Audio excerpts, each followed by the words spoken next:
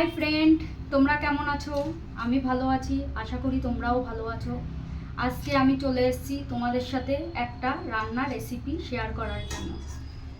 সেটা হলো রূপচাঁদা মাছের পাতুরি। জানি না কেউ খেয়েছো নাকি, তো না খেলে একবার প্লিজ বাড়িতে ট্রাই করো, আশা করি ভালো লাগবে। তার জন্য আমি এখানে নিয়ে নিয়েছি হাফ কিলো রূপচাঁদা মাছ। সেটা আমি কেটে ভালো করে পরিষ্কার করে নুন হলুদ মাখিয়ে নিয়েছি। আর এর সাথে নিয়েছি পেঁয়াজ কুচি, টমেটো কুচি, আদা, রসুন, কাঁচা লঙ্কা, ধনেপাতা। আর কিছু গুঁড়ো মশলা নিয়েছি, নুন, হলুদ, লঙ্কা গুঁড়ো, গরম মশলা গুঁড়ো, জিরা গুঁড়ো, ধনে গুঁড়ো। এখন আমি মিক্সিতে একটা পেস্ট রেডি করব। তার জন্য আমি এখানে কিছুটা রসুন আর কিছুটা আদা নিয়ে নিলাম। এবার আমি এই ধুয়ে রাখা মাছগুলোর মধ্যে কিছু মশলা অ্যাড করব। তার মধ্যে আমি প্রথমে দিয়ে দিলাম পেঁয়াজ কুচি, লঙ্কা কুচি,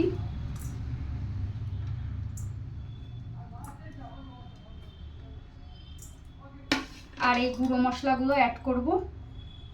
তার মধ্যে লঙ্কা গুঁড়ো,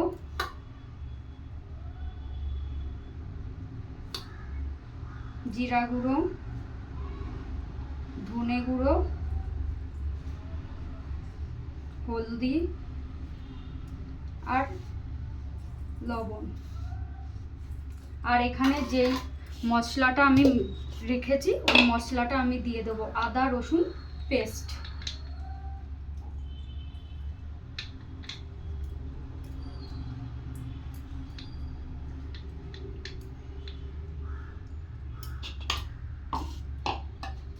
আর এখানে দেব সর্ষের তেল।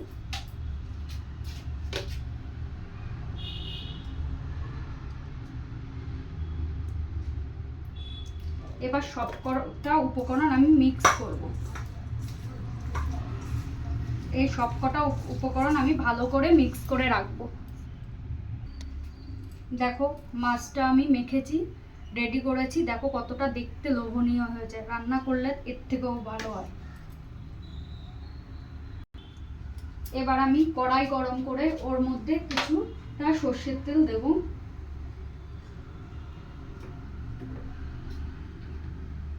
তেলটা গরম হয়ে গেলে তার মধ্যে আমি মাছটা ঢেলে দেব। এর মধ্যে এক্সট্রা কিছু অ্যাড করার দরকার নেই।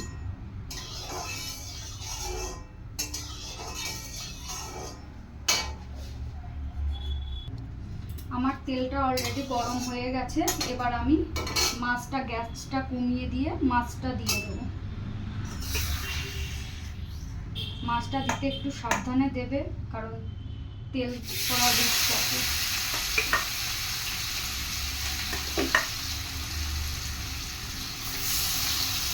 এবার আমি পুরো মাছটা দিয়ে দিই। এর মধ্যে জল অ্যাড করার কোনো দরকার নেই। এবার আমি মাছটাকে ঢেকে রাখবো, কারণ এটার মধ্যে কোনো জল দেওয়ার প্রয়োজন নেই। এটা থেকে অটোমেটিক জল ছাড়বে, ওই জলেই মাছটা রান্না হবে। 5 মিনিট পর এই ঢাকাটা সরিয়ে এটাকে একবার নেড়ে দেবে, কারণ মাছটা বেশি নাড়বে না, তাহলে ভেঙে যাওয়ার ভয় থাকবে।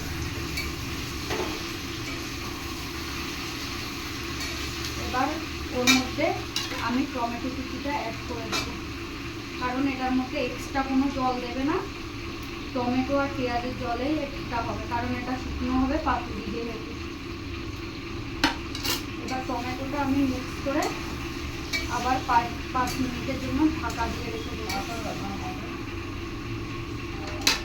আবার 5 মিনিটের জন্য এটা ঢেকে রাখবো। এই যে 5 মিনিট পরে আমি এসেছি, অলরেডি আমার রান্নাটা হয়ে গেছে। এবার আমি এটার মধ্যে ধনেপাতা আর কিছুটা গরম মশলা অ্যাড করে